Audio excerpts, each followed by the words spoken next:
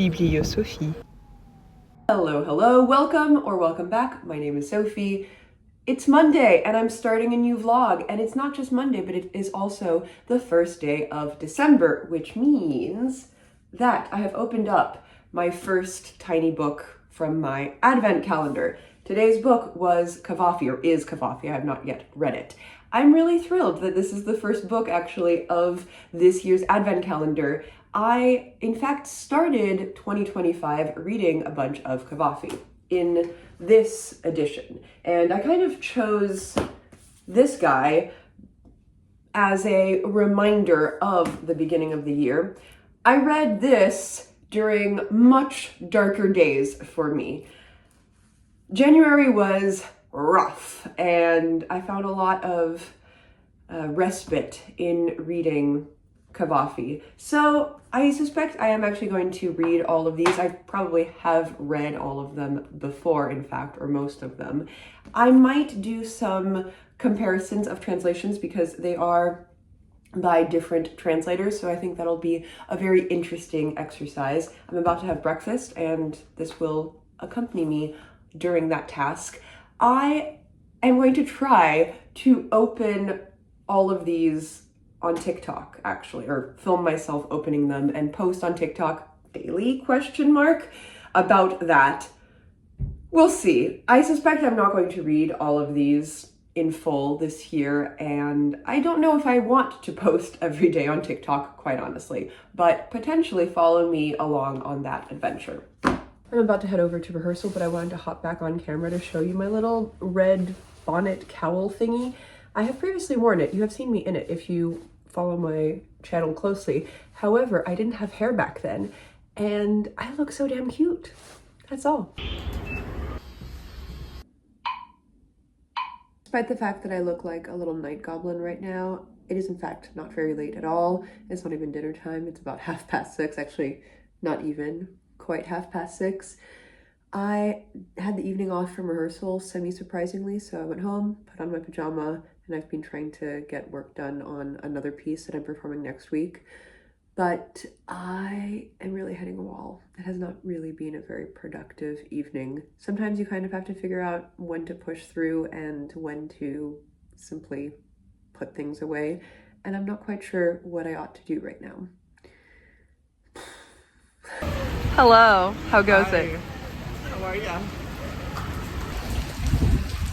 Hello again. It is raining and cold and just generally absolutely awful weather, and I am grumpy as a result of it. But what are you gonna do?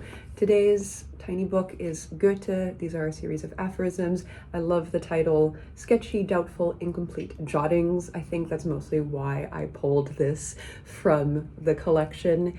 They're fine. Some of them are interesting, some of them are less interesting, some of them are kind of funny, and I don't know if they were meant to be. I just had coffee with Benjamin Journal, and it was wonderful to catch up with him. I have not seen him in ages, despite the fact that we live in the same city, we never see each other. So that was really lovely to catch up with him and see him in the flesh again.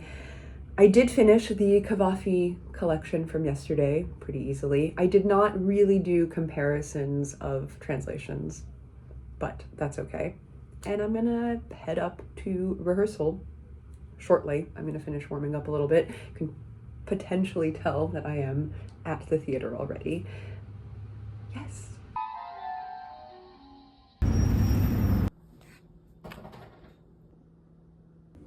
Hello, I'm back with another striped shirt. I own a lot of striped shirts. I just cannot say no. First of all, it's just in my national kind of uniform, not just because I'm French, but also because I come from Breton stock. So it's, you know, the gimmick is partially accurate. But yeah, I love a striped shirt. Anyway, that has nothing to do with books. Yesterday's tiny book was Jane Austen, The Beautifull Cassandra. This is little bits and pieces pulled from Love and Freindship, which is itself a collection of her juvenilia. I've never read it, but I think it has letters and bits and pieces of different stories. It might also be unfinished works. This is definitely short little bits of things. It didn't really work for me. for better and for worse, it feels like Jane Austen juvenilia. So for better, it does feel like Jane Austen's voice, and if you love it from her longer works, this is an interesting little snapshot. But for worse, it does feel like juvenilia, and I think it feels worse to me also because it was just little bits and pieces. I saw somebody on Storygraph say that it's all the fun bits of a Jane Austen book without the boring parts, but all the fun bits feels just sort of like sugar. I don't know. I couldn't really hold on to anything in this, so could be interesting if you are a Jane Austen fan, but for me it was not all that interesting. Today's tiny book is Hafez, a collection of his poetry. I'm pretty sure I said in my first video, or one of my first videos of the year, that I wanted to read more Persian poetry. Maybe? I didn't do that in any case, so I can do the tiniest bit of tasting of that today. I have read some Hafez before, but not that much. So it's nice to dip into, I don't know, like 20, 25 of his poems. Yeah, I've been liking this. So far this year, I've had only the black little classics. I haven't yet reached a modern classic, which is funny. And I've had 3 really short form things which have worked better. So 2 collections of poetry, the aphorisms of Goethe, those have been easier to deal with. And in fact, these were also tiny, tiny snippets of things, but in a way that didn't work as much for me. Other short things. Here is New York by E.B. White. This is one of the recommended short books from a couple of videos ago when I asked for recommendations of books under 100 pages. I happen to already own this, so I mentioned it in my previous video as something that I wanted to get to soon, and I did. This took 1 day to read. It is extremely short, as you can see, and it's even shorter than it looks from this very slim volume because there's also an introduction. And this is a book about New York, but New York in 1948. And it was quite interesting to see what things remain true and what do not. The premise of it, or one of the premises of the essay, is in fact how changing New York is. So all of the details that White gets into about what has changed and what is still there and what has recently or not so recently been removed actually resonate now, even though it's just different things which have been removed. No, I liked this. Has the character of the city changed? I think that is fundamentally the question, and I mean, I wasn't here in 1948 or in 1920 something or other when he first came to the city. I cannot compare it, but I don't know. What is the soul of New York? Is it a different soul to the one of the early 20th century, the New York that is in film from the 70s? Does New York even have a soul anymore? I think that's a question that people ask themselves. Can it have a soul when everything is now just Starbucks and Chase banks? I hope so. I think so. I still love New York. I am admittedly a transplant, but I love this city, and I think there's still a soul there, but it is a discussion always. 2 new acquisitions from yesterday. This is not for me. What is this called? A Dream of Stone. This is a translated Marguerite Yourcenar book that I'm gifting someone. But I'm gifting it to them tomorrow, and we'll post this several days later. I'm going to a book exchange. Candace, who's on here, I forgot your handle, I will look it up, is hosting a little book exchange. So this is what I got. I actually have not read this, but I was drawn to it. So I think it might be good for the person to which I'm giving it. And then I also bought myself the 3rd volume of On the Calculation of Volume by Solvej Balle. Yeah, I have liked the first 2 volumes. I'm ready to dip back into November 18th yet again. I might actually read this today. Am I correct? Yes, it's November 18th. Yeah, I might read this today in rehearsal. Speaking of rehearsal, I was in such a grumpy mood yesterday. Oh my God, I had a good day. It was sunny. I did some good work. I had more time off, and so I also got done some various logistical things. I thought I had the entire afternoon off because I misread. I didn't even misread an email. I misunderstood what day of the week it was. I thought yesterday was Thursday, and I thought that our entire afternoon rehearsal was canceled, and it wasn't. So it's the absolute nightmarish situation wherein you just don't show up to something, and then the stage manager calls you up and says, are you close? Is everything okay? I got there very quickly, and I made it to the last 15 minutes of my afternoon session. Yeah, it was bad. Nobody was angry at me. Everybody was extremely chill and nice, but I felt horrible, and it started me off on just the worst possible footing. Our evening session, I was so grumpy lumpy. There was a lot of stuff, and yeah. So all of this is to say, today better be better. I better be better.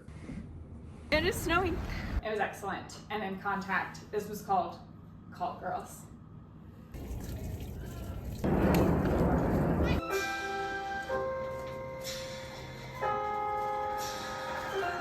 Joyce. Her Twitter is fucking Which hilarious. Joyce from Oast.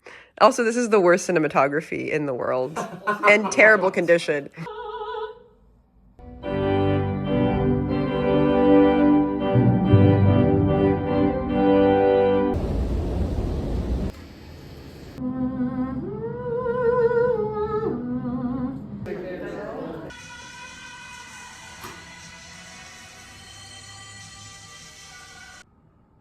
So, unsurprisingly, I'm falling behind on my Tiny Books project.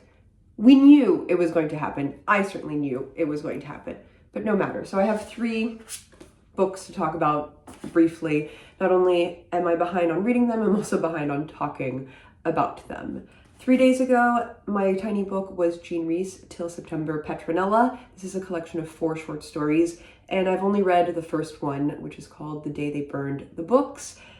And yeah, I'm very behind. Am I going to continue reading this little volume? I'm not setting it aside for good. I would like to keep reading them, but we'll see what actually shakes out. The only Jean Rhys I've previously read is Wide Sargasso Sea, which is why I pulled this volume, but we'll see. The one noteworthy thing I have to say about the first story is the parallel that I found with Lucy by Jamaica Kincaid in it. Lucy is about Lucy, who comes from the West Indies to New York to work, and at one point she is talking with her employer about daffodils, or rather her employer is trying to talk to her about daffodils. I don't remember the exact specifics of the scenes, but I really remember the daffodils. And to Lucy, they are an uninteresting thing. She is really nonplussed by daffodils and the romanticism of them, the symbolism of them, whereas for her employer, they are the symbol of new life and spring and beauty and all of these wonderful things. But Lucy does not like this sort of English symbolism shoved down her throat, and didn't like it also when she was in school in the West Indies. And something very similar happens here. Eddie is a young white boy in the Caribbean, and he doesn't like strawberries, and specifically he doesn't like the English poetry about daffodils. He is not finding anything of beauty and of kind of sensory delight about these things that from an English perspective are so poignant, and he just repudiates them. So I found that a very interesting and also logical parallel. They are 2 different characters in different ways, but it makes sense that they can't see the appeal of this very, very Eurocentric flower. Yesterday, I got, oh my gosh. Yesterday's book was Bashō. This is a collection of his haikus. I read all of them because it's very, very short, easier. So once again, I don't know if I said this here or simply on TikTok, but I have found it easier to read poetry this time around rather than short stories. If you watch my channel, you know that I actually don't really like short stories that much. I have a hard time getting into them. So why am I doing this to myself? That's a question for another time. But I have found it easier to read really, really short form things in these collections.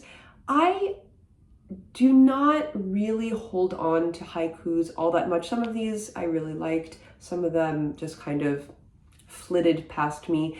I think it's so much a reflection of how they're translated. That's a me thing, and I knew that. And no surprises there. I am incredibly self-conscious about talking to camera today. I don't know why. I'm kind of always self-conscious. That's how it is. To bring us up to today, the tiny book was Ralph Ellison this morning. This is a collection of 4 short stories, including the title one, The Black Ball, and I have not yet read a single one of them.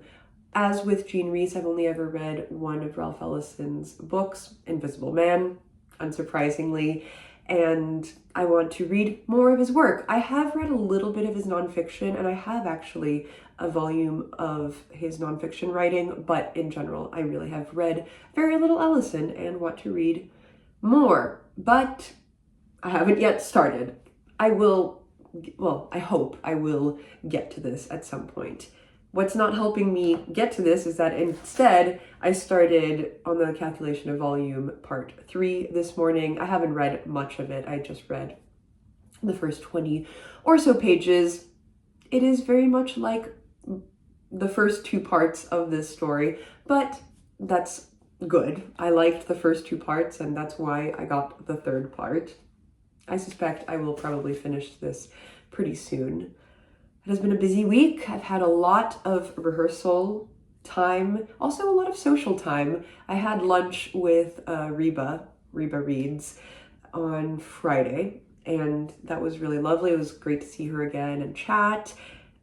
I will probably have had some footage of that. I went to my book exchange party on Friday as well. I'm also working on music for a couple of concerts next week. I'm off from opera rehearsals for the second half of next week, so instead I have not 1, but 2 concerts. And yeah, so busy stuff. And in fact, I'm gonna head over to another rehearsal very shortly. So yes. I just got back from rehearsal and I'm actually gonna head right back out again. I'm going to go see a movie in a cinema. I almost never go to the movie theater, so this is why it's a big event. I always say I'm going to go and then I don't do it. I'm gonna go see Sentimental Value, so stay tuned to hear my thoughts on that if I remember to give you my thoughts on that. Thank you for watching, and I'll catch you in the next video. Ciao.